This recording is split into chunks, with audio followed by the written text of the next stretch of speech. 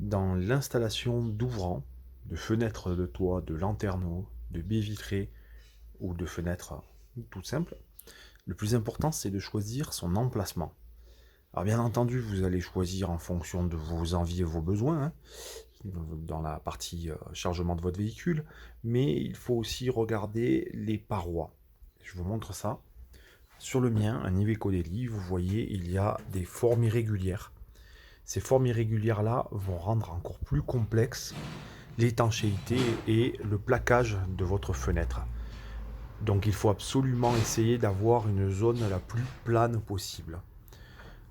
Voilà, donc par exemple là on a un grand panneau qui permet largement de faire une bonne fenêtre, même si on a une irrégularité entre ce niveau-là et ce niveau qui est surélevé. Mais ça peut se rattraper assez facilement.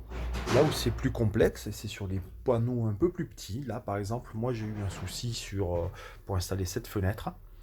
Ça a été assez complexe à cause de la surface qui était beaucoup plus petite.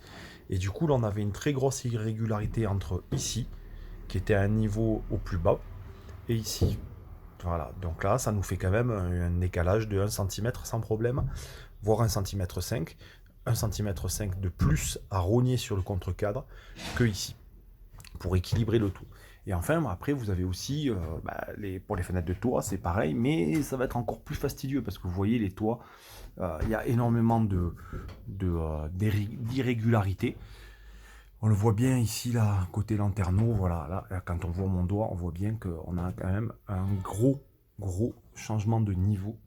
Donc ça, c'est vite problématique. Là, on a une barre en renforcement de tôle, hein, c'est pas du tout une barre de renfort, mais vous voyez la différence de niveau qu'il peut y avoir.